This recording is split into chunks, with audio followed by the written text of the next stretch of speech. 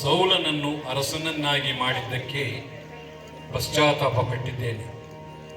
ಅವನು ನನ್ನನ್ನು ಬಿಟ್ಟು ಬಿಟ್ಟನು, ನನ್ನ ಆಜ್ಞೆಗಳನ್ನು ನೆರವೇರಿಸುವುದಿಲ್ಲ.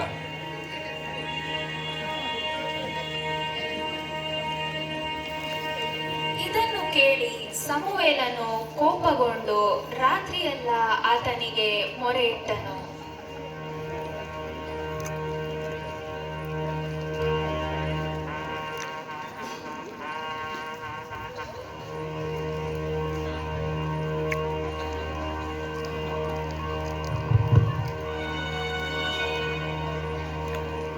ನೀನು ದೇವರ ಮಾತನ್ನು ತಳ್ಳಿಬಿಟ್ಟಿದ್ದರಿಂದ ದೇವರು ನಿನ್ನನ್ನು ಅರಸುತನದಿಂದ ತಳ್ಳಿ ಹಾಕಿದ್ದಾನೆ. ಅಯ್ಯೋ, ನಾನು ಪಾಪ ಮಾಡಿದ್ದೇನೆ. ದಯವಿಟ್ಟು ನಿನ್ನ ಜನರ ಮುಂದೆ ನನ್ನ ಮಾನವನ್ನು ಉಳಿಸು. ನಿನ್ನ ದೇವರಾದ ಯೆಹೋವನನ್ನು ಆರಾಧಿಸುವ ಹಾಗೆ ನನ್ನ ಜೊತೆ ಬಂದು ಸಹಾಯ ಮಾಡು. ದಯಮಾಡಿ ಬಾ.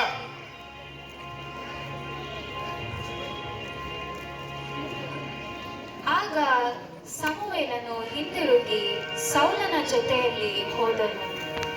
ಆದರೆ ಸಮುವೇಲನು ಜೀವದಿಂದಿರುವವರೆಗೂ ಸೌಲನನ್ನು ನೋಡುವುದಕ್ಕೆ ಹೋಗಲಿಲ್ಲ. ಆದರೆ ಯೆಹೋವನು ಸೌಲನನ್ನು ಇಸ್ರಾಯೇಲ್ಯರ ಅರಸನನ್ನಾಗಿ ಮಾಡಿದ್ದಕ್ಕೋಸ್ಕರ ಪಶ್ಚಾತ್ತಾಪ ಪಟ್ಟದ್ದರಿಂದ ಸಮುವೇಲನು ಅವನ ವಿಷಯದಲ್ಲಿ ದುಃಖಪಡುತ್ತಿದ್ದನು. ಕೆಲವು ದಿನಗಳ ನಂತರ ಕರ್ತನು ಸಮುವೇಲನಿಗೆ, ಸಮುವೇಲನೇ, ಇಸ್ರಾಯೇಲಿನ ಅರಸನಾಗಿರದ ಹಾಗೆ ನಾನು ತಿರಸ್ಕರಿಸಿದ ಸೌಲನಿಗೋಸ್ಕರ ನೀನು ಎಷ್ಟರವರೆಗೆ ದುಃಖವುಳ್ಳವನಾಗಿರು? ನೀನು ನಿನ್ನ ಕೊಂಬನ್ನು ತೈಲದಿಂದ ತುಂಬಿಸಿಕೊಂಡು ಬಾ. ಬೆತ್ಲೆಹೇಮಿನವನಾದ ಇಷಯನ ಬಳಿಗೆ ನಿನ್ನನ್ನು ಕಳುಹಿಸುವೆನು.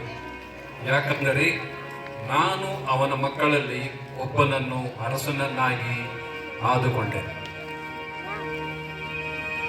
ಯೆಹೋವನೇ, ನಾನು ಹೋಗುವುದು ಹೇಗೆ? ಸೌಲನಿಗೆ ಈ ವಿಷಯ ತಿಳಿದರೆ ನನ್ನನ್ನು ಕೊಂದು ಹಾಕುವನು.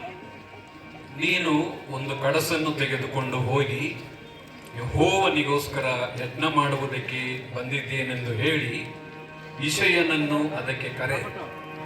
ಆಮೇಲೆ ನೀನು ಮಾಡಬೇಕಾದದ್ದನ್ನು ನಾನೇ ತಿಳಿಸುತ್ತೇನೆ. ನಾನು ಯಾವನನ್ನು ತೋರಿಸುತ್ತೇನೋ ಅವನನ್ನು ನೀನು ಅಭಿಷೇಕಿಸಬೇಕು. ಆದರೆ ಯೆಹೋವನೇ,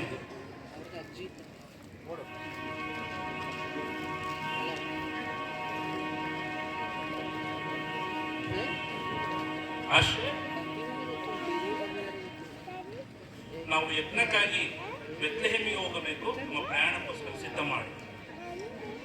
ಯೆಹೋವನು ಹೇಳಿದಂತೆಯೇ ಸಮುವೇಲನು ಬೆತ್ಲೆಹೇಮಿಗೆ ಹೋದನು.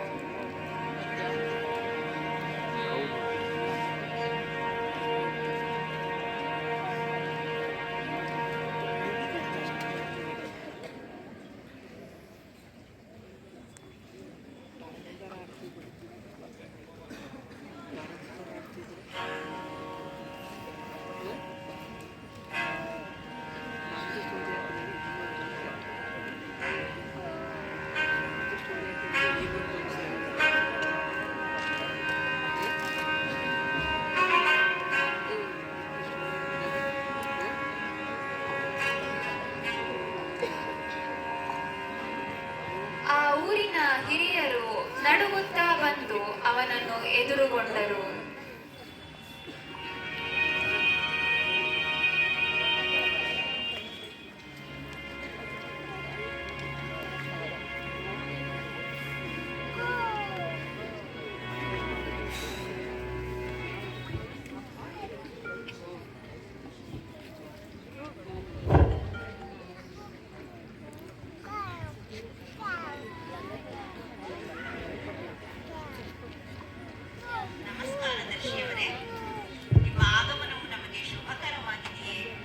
ಹೌದು, ಶುಭಕರವಾಗಿದೆ.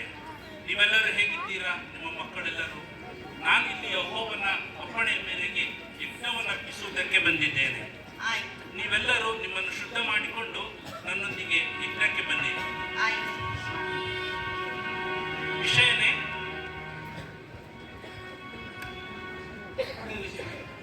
ನೀನು ನಿನ್ನ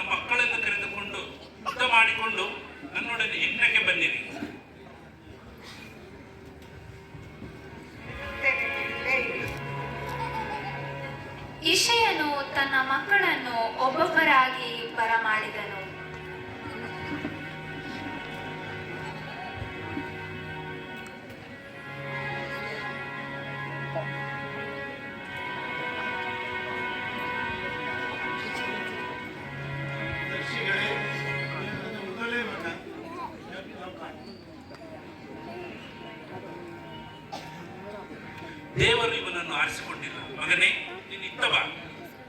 ಸಮುವೇಲನು ಇಷಯನ ಮಕ್ಕಳನ್ನು ನೋಡುತ್ತಾನೆ. ಹಿರಿಯ ಮಗ ಎಲಿಯಾಬನನ್ನು ನೋಡಿ, ನಿಶ್ಚಯವಾಗಿ ಯೆಹೋವದೇವರ ಅಭಿಷಿಕ್ತನು ಅವರ ಮುಂದೆ ಇದ್ದಾನೆ ಎಂದುಕೊಳ್ಳುತ್ತಾನೆ. ಆದರೆ ದೇವರು, ದರ್ಶಿಗಳೇ, ನೀವು ನಮ್ಮ ಎರಡನೇ ಮಗ ಅಯ್ಯಾದಾಬ. ನೀನು ಅವನ ರೂಪವನ್ನು ಅವನ ದೇಹದ ಎತ್ತರವನ್ನೂ ದೃಷ್ಟಿಸಬೇಡ. ನಾನು ಅವನನ್ನು ತಿರಸ್ಕರಿಸಿದ್ದೇನೆ. ಮನುಷ್ಯರು ಕಣ್ಣಿಗೆ ಕಾಣುವ ರೂಪವನ್ನು ನೋಡುತ್ತಾರೆ, ಆದರೆ ನಾನು ಹೃದಯವನ್ನು ನೋಡುತ್ತೇನೆ.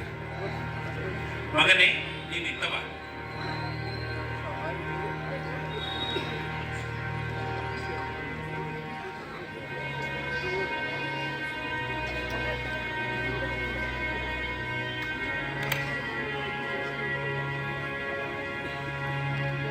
ದರ್ಶಿಗಳೇ, ನೀವು ನನ್ನ ಮೂರನೇ ಮಗ ಶಮ್ಮ. ದೇವರು ನಿನ್ನನ್ನೂ ಆರಿಸಿಕೊಂಡಿಲ್ಲ. ನೀನು ಇತ್ತ ಬಾ.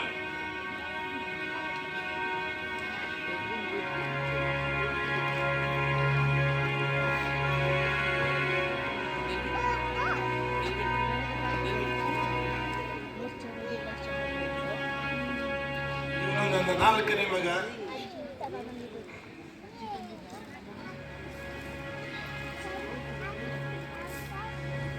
ಇತ್ತ ಬಾ, ಇತ್ತ ಬಾ.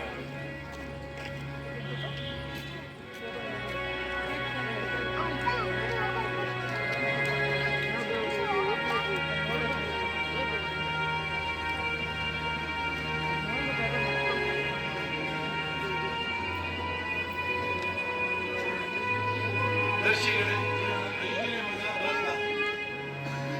ದೇವರು ಇವನನ್ನೂ ಮೆಚ್ಚಿಕೊಂಡಿಲ್ಲ. ಇತ್ತ ಬಾ.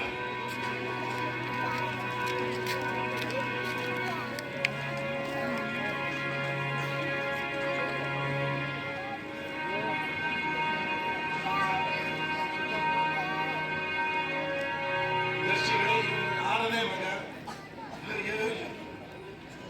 ಇತ್ತ ಬಾ ಮಗನೇ.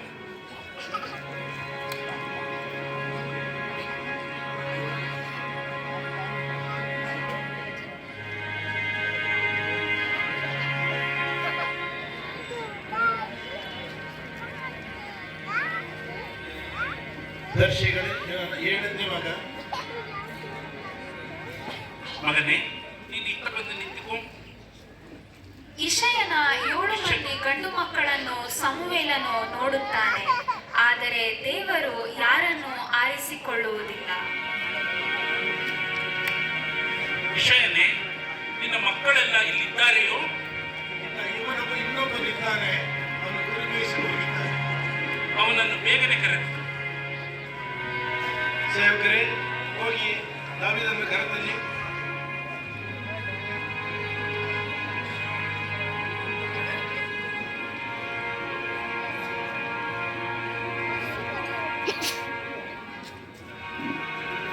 ದಾವೀದ, ಎಲ್ಲಿದ್ದೀರಾ? ದಾವೀದ,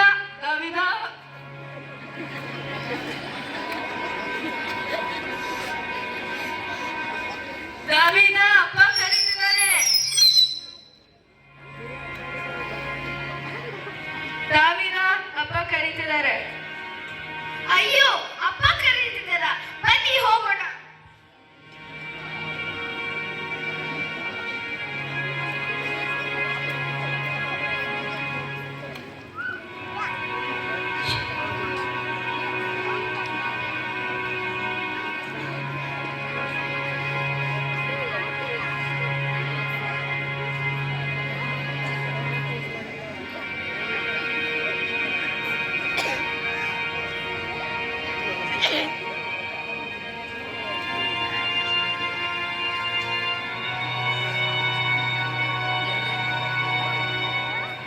ದರ್ಶಿಗಳೇ, ನೀವು ಎಂಟನೇ ಮಗ ದಾವೀದನು.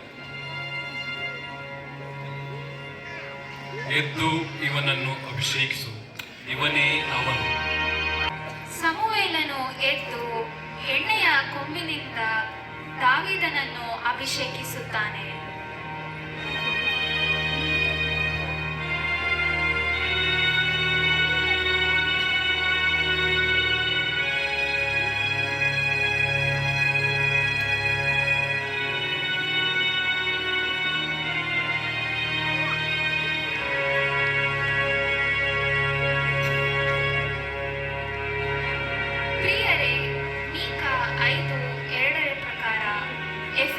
ಬೆತ್ಲೆಹೇಮೆ, ನೀನು ಯಹೂದದ ಗ್ರಾಮಗಳಲ್ಲಿ ಚಿಕ್ಕದಾಗಿದ್ದರೂ ಇಸ್ರಾಯೇಲನ್ನು ಆಳತಕ್ಕವನು ನಿನ್ನೊಳಗಿಂದ ನನಗಾಗಿ ಹೊರಡುವನು. ಆ ಅಧಿಪತಿ ಭೂಮಿಯಲ್ಲೆಲ್ಲ ಪ್ರಖ್ಯಾತವಾಗಿದ್ದಾನೆ. ಆತನೇ ಕ್ರಿಸ್ತನು, ನಮ್ಮ ರಕ್ಷಕನಾದ ಯೇಸು ಕ್ರಿಸ್ತನು. ಈ ನಾಟಕದಲ್ಲಿ ನಾವು ನೋಡಿದ ಹಾಗೆ ದೇವರು ಹೊರಗಿನ ತೋರಿಕೆಯನ್ನು ನೋಡುವವನಲ್ಲ, ಹೃದಯವನ್ನೇ ನೋಡುವವನಾಗಿದ್ದಾನೆ. ದೇವರು ಬೆತ್ಲೆಹೇಮ್ ಎಂಬ ನಮ್ಮ ಹೃದಯವನ್ನು ನೋಡುವಾಗ ಅದರೊಳಗಿಂದ ಯಾವ ವಿಷಯ ಹೊರಬರುತ್ತಿದೆ? ದ್ವೇಷ, ಅಸೂಯೆ, ಅಹಂಕಾರ, ಹೊಟ್ಟೆಕಿಚ್ಚು ಇವುಗಳು, ಅಥವಾ ಸಮಾಧಾನದ ಪ್ರಭುವಾಗಿರುವ ಕ್ರಿಸ್ತನೋ? ಆಲೋಚಿಸಿ ನೋಡೋಣ. ಇದೇ ನೋಹ ತಂಡದ ಹೊಸ ವರ್ಷದ ಸಂದೇಶ.